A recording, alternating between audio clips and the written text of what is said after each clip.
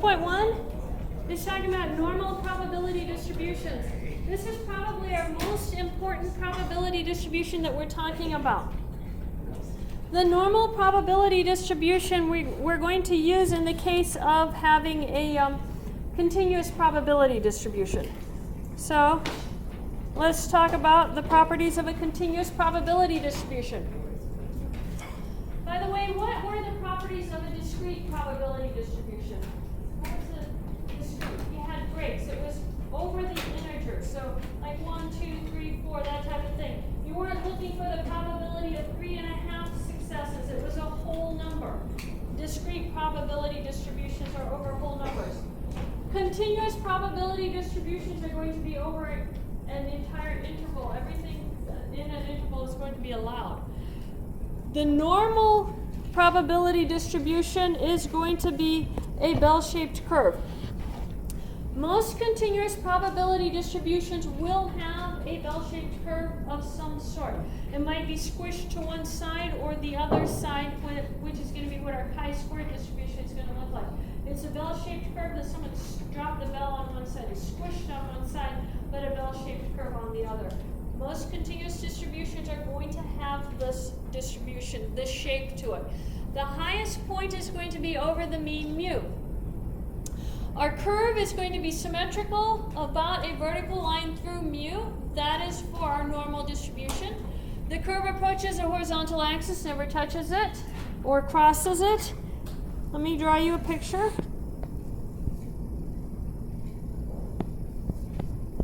And the mean is in the center right here. So it's symmetric across both sides. It looks like a bell. It never actually crosses your horizontal axis. It approaches it. It changes from being bowl-shaped down to being bowl-shaped up at these points, mean minus the standard deviation and the mean plus the standard deviation. That's where it switches from being bowl-shaped down to being bowl-shaped up. The area under the entire curve is going to be 1 if you evaluated the area. On a discrete probability distribution, you can calculate the probability x equals a particular value. On a continuous probability distribution, x equals a particular value is going to be 0 because there's so many infinitely other options to happen that you can't give a discrete value to a probability to a discrete value, a particular value. You have to give the probability to an entire interval. So if you look at x equals a particular value, it's going to be 0. Therefore, you are going to have this equality happening. You can remove the need for a less than or equal to or strictly less than. You can interchange those in a continuous distribution. For the most part, we're going to go with a less than or equal to inequality. That is the one we're going to use.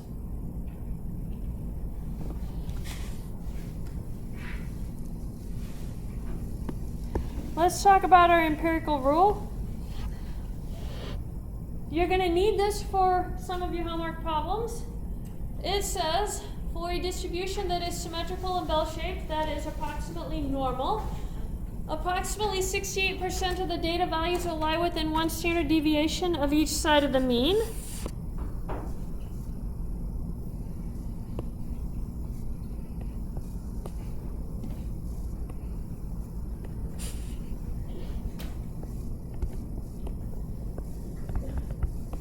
So 68% of the data lies right here.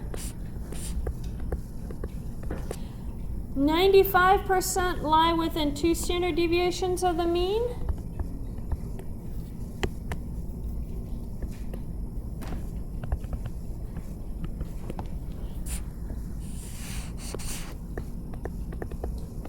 And within 3 standard deviations of the mean is going to be almost all of it.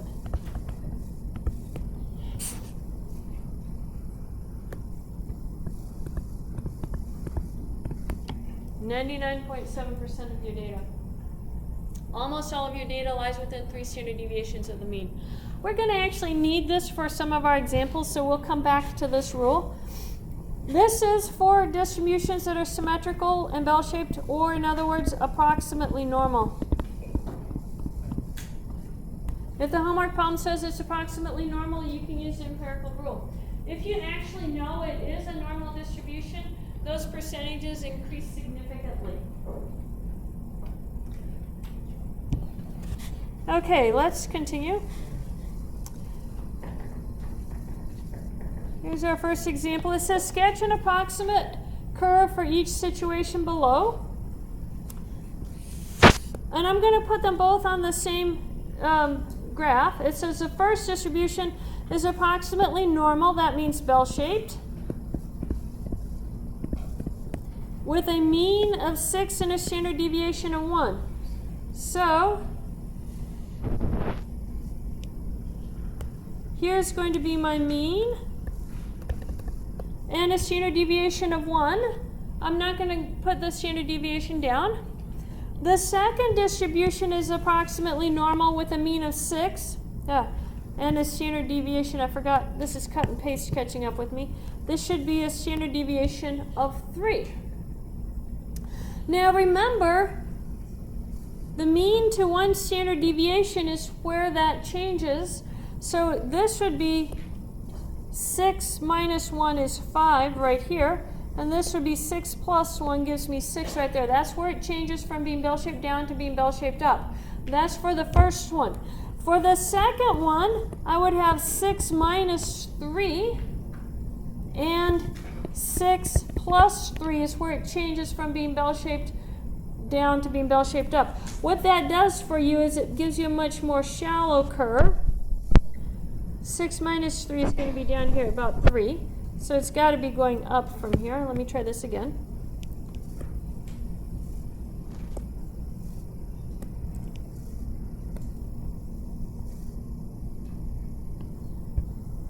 It's a horrible graph, guys. I am not an artist. So this is the second curve. Let me actually put that in a different color. I'll resketch it in a different color. That's what happens. Your data is more spread out, so you have a shallower curve. It doesn't go as high in the middle as the one with a smaller standard deviation. The smaller the standard deviation, the less spread out your data is.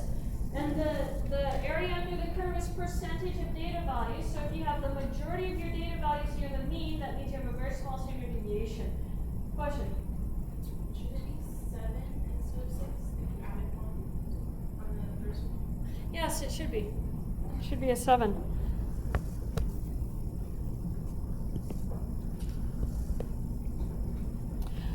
If you have a large standard deviation, your picture is going to be flatter. You're going to have questions that are going to give you that information that are going to ask you which curve goes with which distribution. The larger the standard deviation, the flatter the curve. The less high it is in the middle, the less low it is on the sides. The smaller the standard deviation, the taller the curve is going to be in the middle. Does that make sense? So this one has smaller standard deviation. And that one is going to have a larger sigma. Keep that separate from the 3. That's the whole point of that. The larger your standard deviation, the shallower your curve. The smaller the standard deviation, the taller your curve is over the mean. That's the difference. Okay, let's look at the other example that you have, like your homework. It says the yearly wheat yield per acre on a particular farm is normally distributed with a mean of 35 bushels and a standard deviation of 8 bushels. Normally distributed means it's bell-shaped. This says shade the area under the normal curve that represents the probability that an acre will yield between 19 and 35 bushels.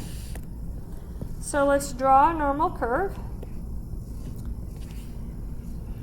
The mean in this case is 35. The standard deviation is 8. How do I get down to 19 from 35 in terms of 8? Yeah, 2 times 8 is 16. 35 minus 16 is going to be 19. Okay. So that is going to be the mean minus 2 standard deviations. And then the 35 stops right here at the mean. So it says shade the area.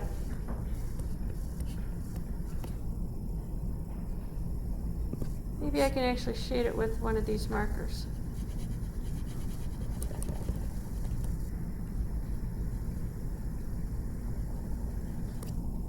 Okay, so there's the area shaded. You're going to have to do that on your homework. You have to figure out how many standard deviations away it is. If you are actually trying to do that and you didn't recognize that immediately, notice that what I could have done is said 19 is equal to 35 minus n times 8 and solve that equation for 8. So I would have subtracted the 35. 15 minus 9 is 6. 2 minus 1 is 1. I would have had minus 16 is equal to minus 8n. Divide by our minus 8. And that gives you n is equal to 2. That's what I needed to be able to write this under here. That is the first part. Number 2, it says, is the area the same as the area between mu equals 2 sigma and mu? Yes. It is. That's what I wrote down on the graph. It says find the percentage of area over the interval between 19 and 35. Use the empirical rule. So I'm looking for how much data is 2 standard deviations away. So let's go back up and look at our empirical rule. 2 standard deviations away says 95% of the area. But notice 95% of the area goes on both sides of that line mean, of the mu line. That's 95% of the area. I only have up till the mean mu. So what percentage should I have for the half of it?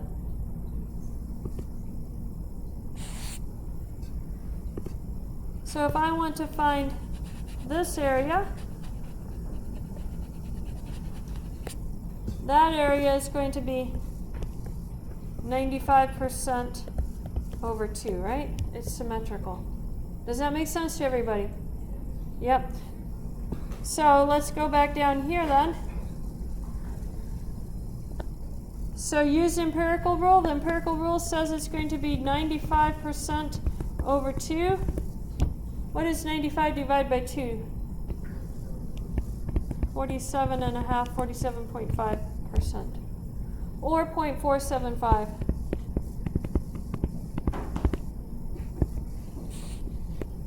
Oh, let's try that again. Sometimes it doesn't erase it, sometimes it does.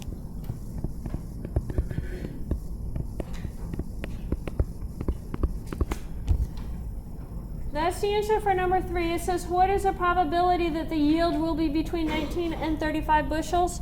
The answer is the same as the answer to number 3. It's going to be 0.475.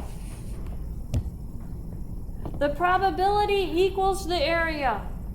Probability equals the area under the normal curve. So what we're going to be doing is finding areas under the normal curve, and your calculator is going to do this for you.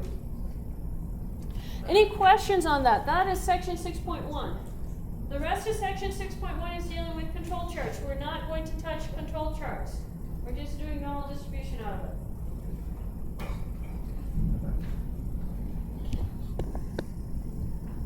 More specifically, let's go to section 6.2. More specifically, we are doing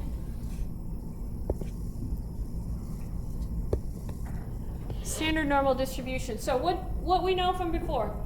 The shape of a normal distribution. What is the shape of a normal distribution, guys? L-shaped. What is the difference between a continuous distribution and a discrete distribution? Discrete is over integers. Continuous is over any interval amount. Okay? And can you calculate the probability r equals to 4 for a continuous distribution? Yeah, the answer would be yes or no. It's a trick question. The answer is yes, it's equal to 0, or no, it's equal to 0. Take your pick, but it's equal to 0. It doesn't give you anything in your distribution. That is 6.1. Let's talk about z-scores. We are talking about a standard normal distribution. The standard normal distribution has a variable we call z. Everybody in the world, for as far back as I can tell in statistics textbooks, uses z to represent the standard normal distribution. That's one thing mathematicians agree on. There's very little we agree on, but that is one of them. The z-score measures the number of standard deviations that a data value lies from the mean. The formula for your z-score is z equals x minus the mean over the standard deviation.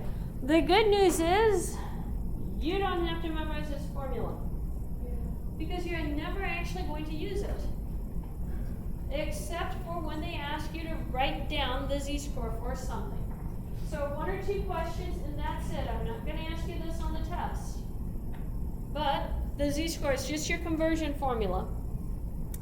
The raw score is converting from the z-score. Solve the z-score for x. And you get this formula down here. X is equal to z sigma plus mu. That is our formula. So these are how you convert between the two of them, converting between z and x or x to z. Different forms. But we're not going to be that worried about doing it ourselves. Let's look at some examples here. Rod figures that it takes an average of 17 minutes with a standard deviation of 3 minutes to drive from home, park the car, and walk to an early morning class. One day it took Rod 21 minutes to get to class. How many standard deviations from the average is that? In other words, convert to a z-score. So remember it was x minus the mean over the standard deviation was our formula. X is the 21, the mean was the 17, and the standard deviation was 3. So I get 21 minus 17 over 3. What is 21 minus 17? 4. 4 divided by 3 is 1.33. Is it positive or negative? Is our answer positive or negative? Positive. And the reason that they ask you to notice this is they want to know positive z values or x values that lie above the mean.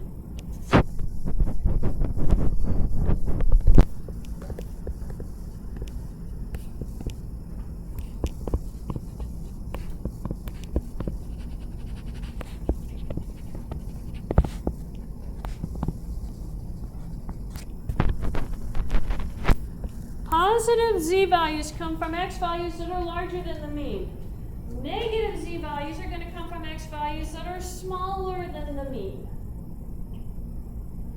Okay?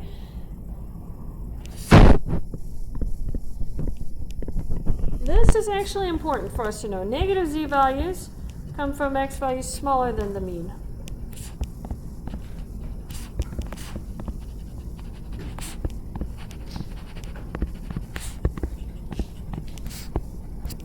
And z equals to 0 comes from x equals to the mean. That's all the information they want for question number 1.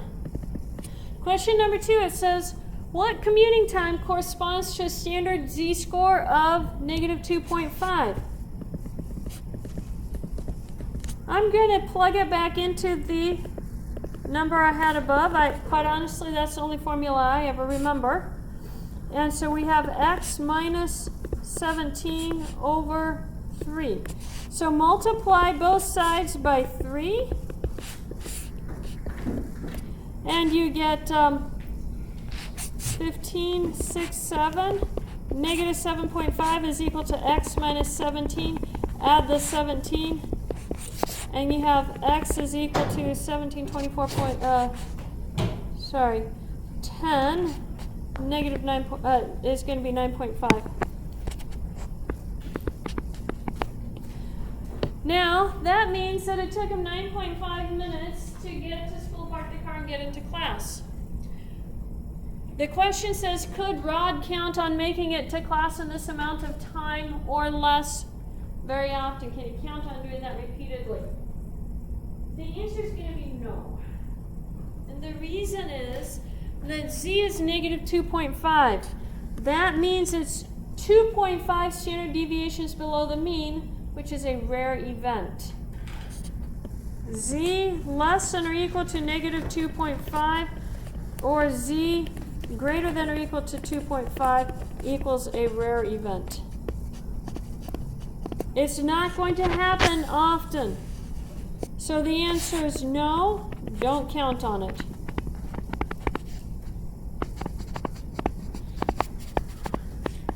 Notice it had nothing to do with what x equaled that made our decision. It was what z equals. Negative 2.5 to 2.5, the usual beyond those 2.5s and negative 2.5s are rare events.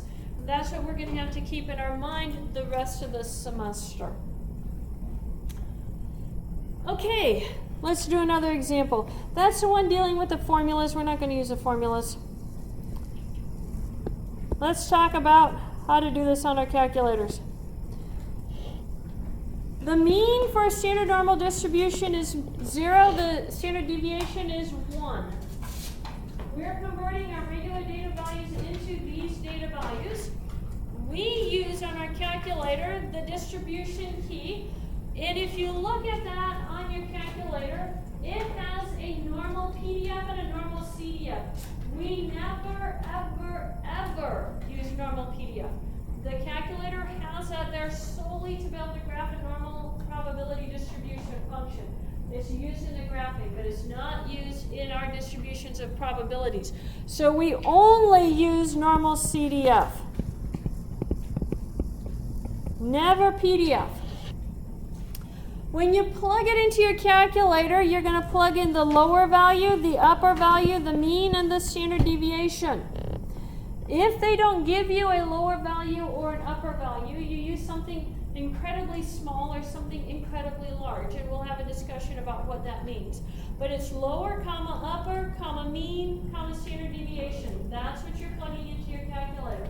Your calculator goes forth and calculates the area under this curve. The online stat site, the StatTech that we had been going to, Star Trek or StatTech, take your pick. The StatTech site that we had been going to uses a very clumsy form of the normal distribution. It has an ability to do it, but it's going to take me another 10 minutes to get you doing it right, because they only use one inequality on it. Your calculator uses 2. So use this one instead for those of you using cell phones.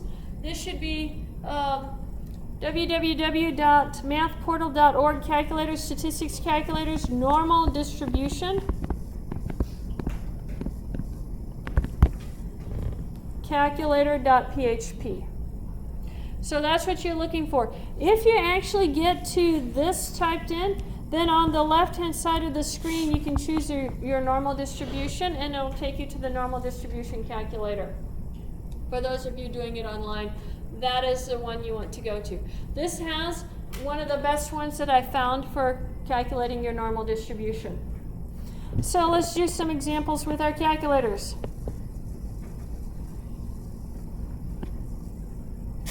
Let me pop up my calculator.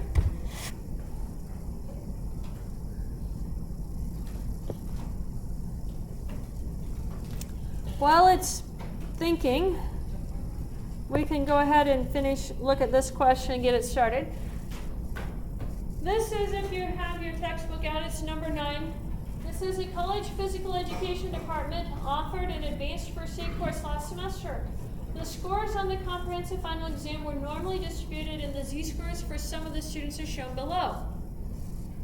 Which of these students scored above the mean?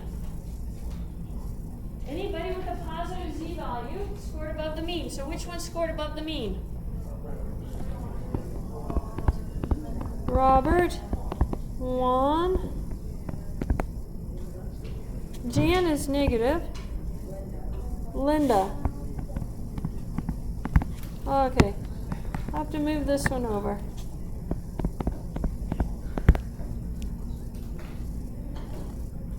Which of these students scored on the mean? Joel, because he has a z-score of 0. Which of these students scored below the mean? Susan and June. Now, it says if the mean score was 150 points and the standard deviation is 20, what was the final exam score for each student? So, the mean and the standard deviation, we're using z equals to x minus the mean over the standard deviation. So if I look at Robert, I have 1.10 is equal to x minus 150 over 20. So multiply both sides by 20, and you get 20 times 1.10 is equal to x minus 150, or that x is equal to 20 times 1.10 plus 150. What value is that? 172. I'm not going to actually calculate it for each of them. That's a process you go through for all of them. Are there any questions on that? Okay, that is still dealing with the z-score. Question? No, you don't. Not for the test. I'm not going to do that. This just shows up on the homework report, but it'll never show up on a test. Our calculators do it for us, so there's no point in doing it ourselves. Okay. This one's a little bit different. Finding probabilities here says let x equal to the red blood cell count in millions per cubic milliliter of blood. For healthy females, x has an approximately normal distribution. Here I told you, normal distribution with mean of 4.8 and standard deviation 0.3. Convert each of the following x intervals to z intervals. So how do I get a z interval when I say x is bigger than 4.5?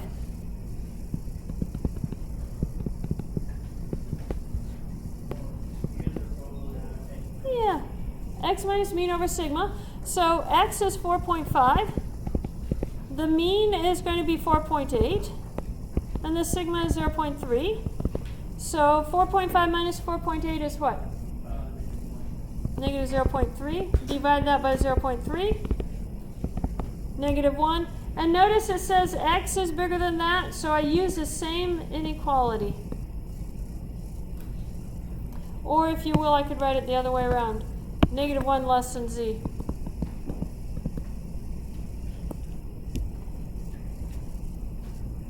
Let's look at that last one. How would we convert two of them? So do the first one, z for 4.0. You're going to have 4.0 minus 4.8 divided by 0.3. So you get minus 0.8 over 0.3. Okay, here I need a calculator. Negative 0.8 divided by 0.3. So negative 2.67, round it to 2 decimal places on these.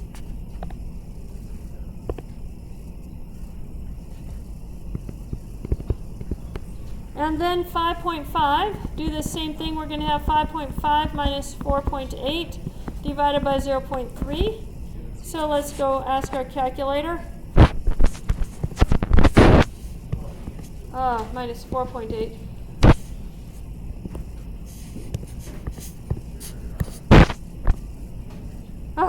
Okay, let's try that again. 5.5 minus 4.8.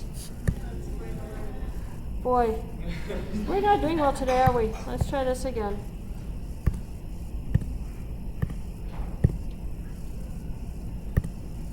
And then divide that by 0.3.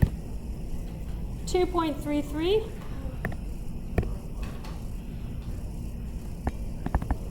And then you just write it with the z in between. So it's negative 2.67 less than z less than 2.33. That's all you do for that. Converting the other way. We got time. Guys, do this checkpoint for me. And then we'll convert back the other direction. Sorry, I haven't done it yet. Minus 1 to 2.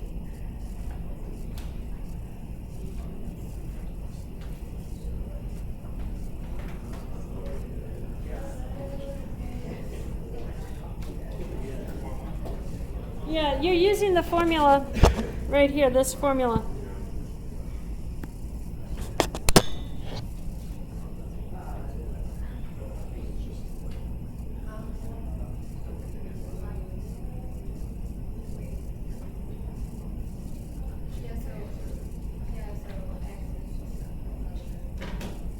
Yeah, x is your minus 1 value, and then your mu is 4.8, and your standard deviation is 0.3.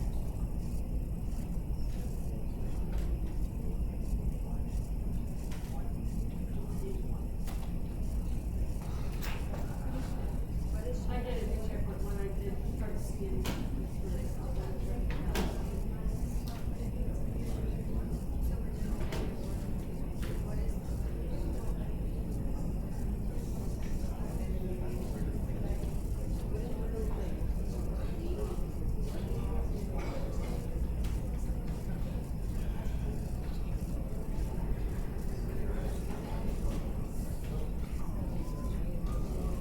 You have several homework problems like this. That's why we're actually going over them. Yeah. So, x, the first x you're going to use is minus 1. The mean is 4.8. And the standard deviation is 4.3.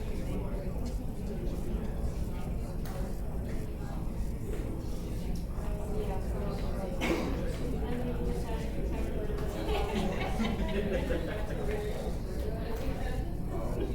Plug that into your calculator.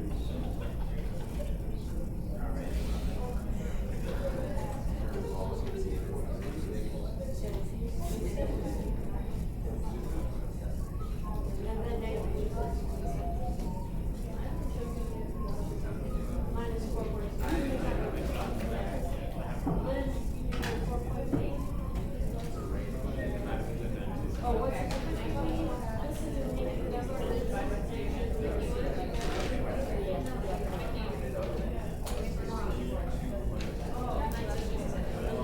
divide it by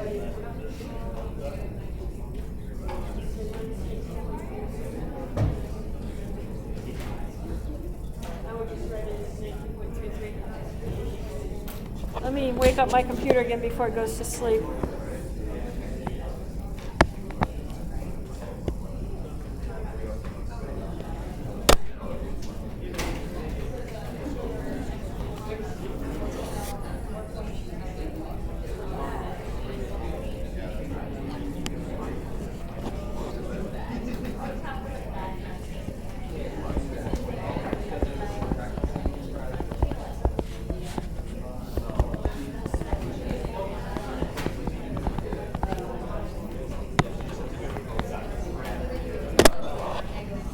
So, did everybody get minus 19.33 for the first one? What did we get for the second one?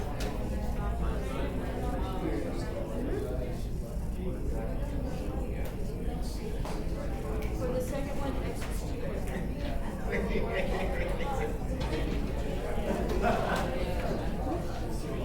And then you use the same minus.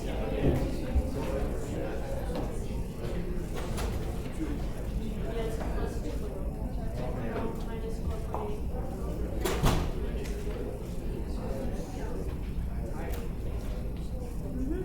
And then you just plug that in your calculator. What did you say you got this Sounds right.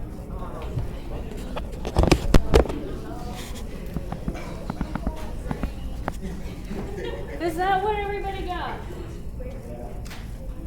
Yeah. Any votes on it? Is that what everybody got?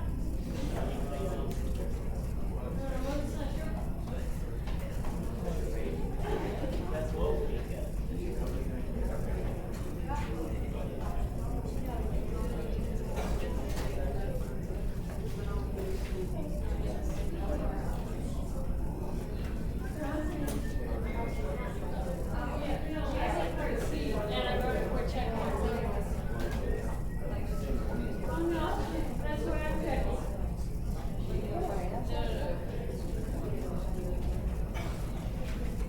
Okay, I think everyone is done with that. So let's carry on. Let's look at number 2. And I'm going to do 2C. Again, the other ones are going to be very similar.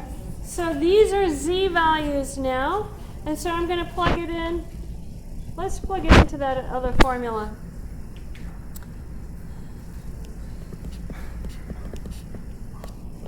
X equals Z sigma plus mu. So if I plug it in right here, I'm going to have negative 2.25. The standard deviation was 0.3, and the mean was 4.8. So let's go ask the calculator.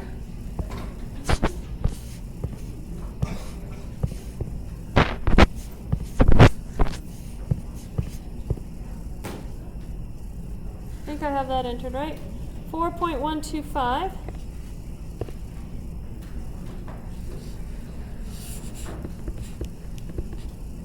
I forgot the answer already. 4.125. I'm very good at that. Just plugging it in. I'm just showing you a different method. You can do this exact same way that we did the other one. Just plug in for a Z and solve for X instead. It's the same formula, just re-simplified out. Do the same thing with the 2.0. Oh, sorry. Now I'm working your problem. Do the same thing with the minus 1.0.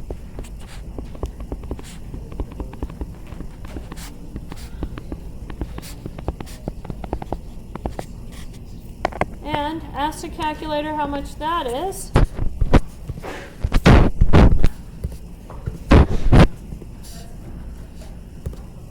And that gives me a 4.5. And so then when I write it down, I write 4.125 less than X is less than 4.5. So now you get to do checkpoint number 2 using the same method. I gave you 2 different methods there to do it. So go ahead and do your checkpoint number 2 there.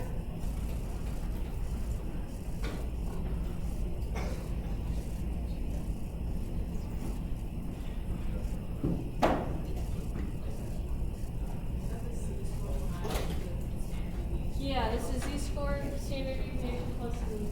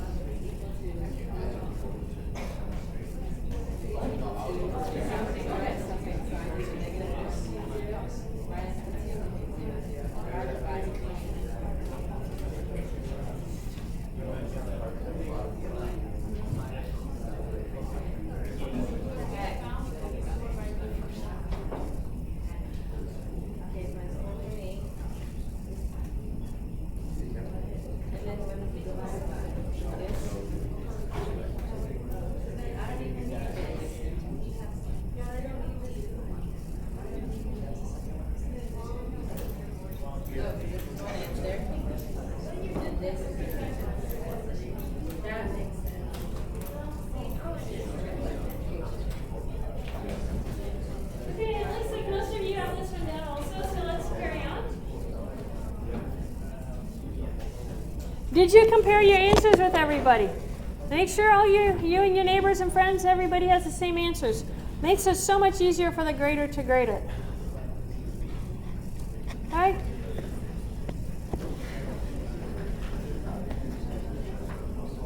Let's look at sketching the areas. You're going to have these questions on your homework too. So, sketch the areas under the standard normal curve. What is the mean for the standard normal distribution? 0. Mean is 0, standard deviation is 1. So to the left is 0.45. 0.45 is something bigger than 0, and they want us to shade the area. so that's going to be to the left. That is shading to the left, so that's going to be our answer to part A. Let's look at, we'll call it number 1. Let's look at number 2. It says to the right of negative 1.22. So we find our 0. That's the center of our standard normal curve. Negative 1.22 is smaller than 0, so it's someplace down here. And then they say shade to the right.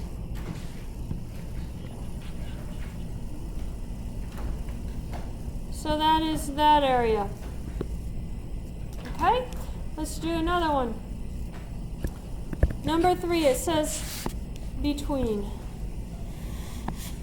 Here is 0. Negative 2.18. Is that to the left or to the right of 0? To the left. And 1.34 is to the right. And now I shade between them.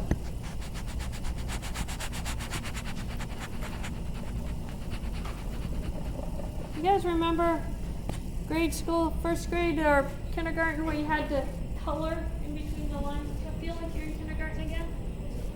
Except now you have to draw your picture before you get to color it. So you get to do one.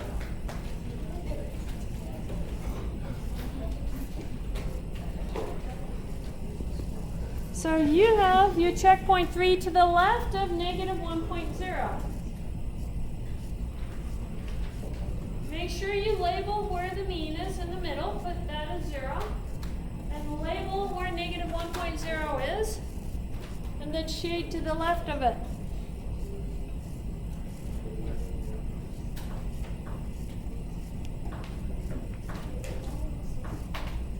Yeah.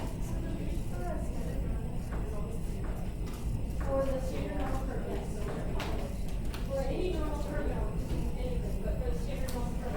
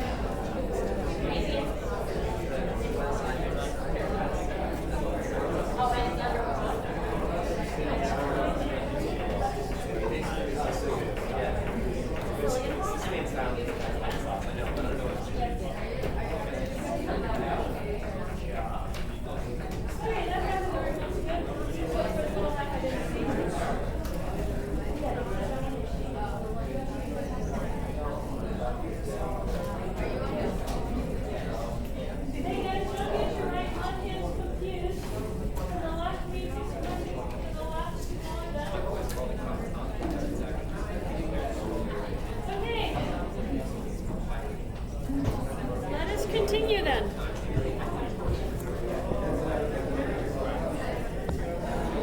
What we have been waiting for all class period, to use our calculators. Get your calculators out. Let Z be a random variable with a standard normal distribution. That means the mean is what? 0, and the standard deviation is 1. And now we want to find these on our calculator. It says Z, let me do this one first. Even though that's the third one, we're going to do number 3 first. This is going to be normal CDF. The lower value is here. The higher value is here. So the lower value is minus 1.20. The upper value is 2.64. The mean is going to be 0, and the standard deviation is 1. That's what you're going to plug into your calculator. So let's do this. Get your calculator out. Remember, we're going to distribution. So that's our second bars. Normal CDF, not PDF. Go down one. Hit enter. Now, I don't know why it has minus 1e to the 99 on mine. But what was our lower value that we had? Negative 1.20? Okay. So let's use this minus sign down here, guys. Don't use that minus sign. It'll give you an error if you use that minus sign. Use this one right here. This says it's a negative number. This one says do the operation. We're not doing the operation. We're plugging in a negative number. So it's going to be a negative number. Negative, now I forgot again. 1.20, comma, what is the upper value? 2.6 what? 2.64. The mean is 0. The standard deviation is 1. I'm used to the old calculators, guys. Sorry, mine's an old calculator. I have to do them all on one row. So let me go back on it.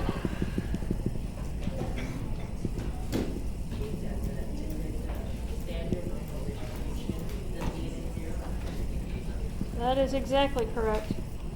Okay, so go down to upper, 2.64. Mean is 0, standard deviation is 1. Paste. That's what I'm used to seeing on my calculator and actually just typing it out. I have a very old calculator. If I hit enter, I get 0.8808.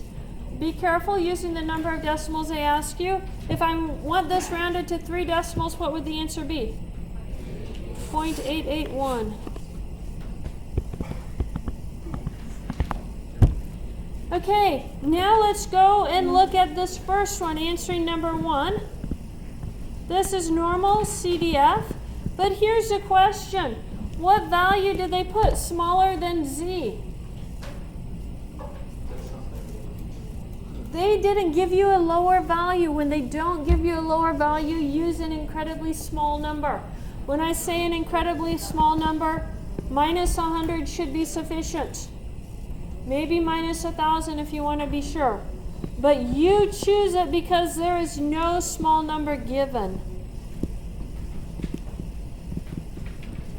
What is the upper number?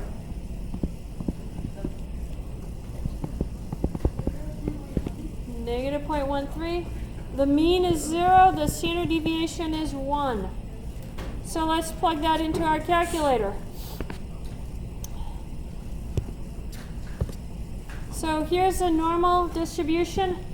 I can just go back here and change it. Oh, I'm going to clear it all. That's taking too long. We'll go down up here. It's fewer key presses. What was the lower value? Negative 100. If they don't give you a low value, use negative 100. What is the upper value? Negative 0.13.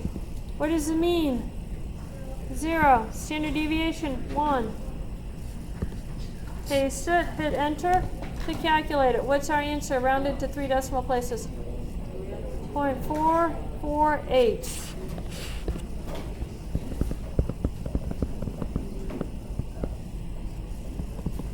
Now, greater than 1.35, this should have been a Z, sorry about that. Z is greater than 1.35. That means that that is a smaller value. That's the same thing as saying 1.35 is less than Z, less than or equal to Z is less than or equal to, and they didn't give us an upper value. When they don't give you an upper value, use a very big number. In this case, we're going to have 1.35 for the lower, and I'm going to use positive 100 for the upper value. The mean is 0, the standard deviation is 1.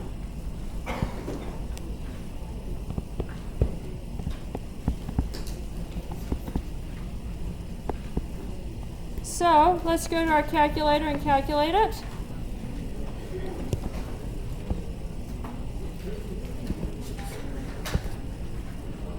So the lower value is 1.35. The upper value was 100. Mean is 0, standard deviation is 1, and paste it. We get 0.0885. What does that round to? 0.089. Okay, so how are you going to calculate yours?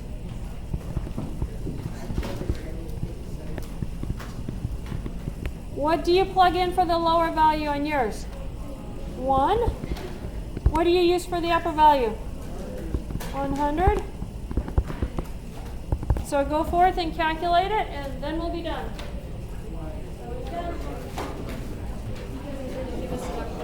They say z is bigger than 1, but they don't tell you anything that's smaller.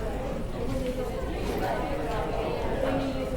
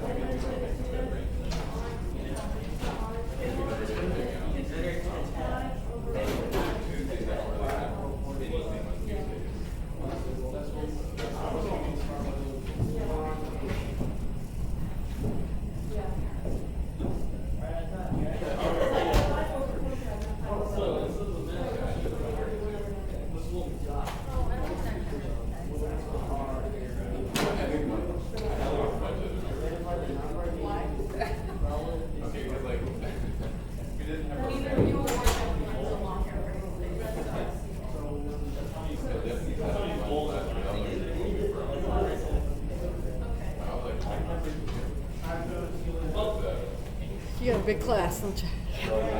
I do. Let me stop this recorder. Oh, sorry. Oh, that's all right.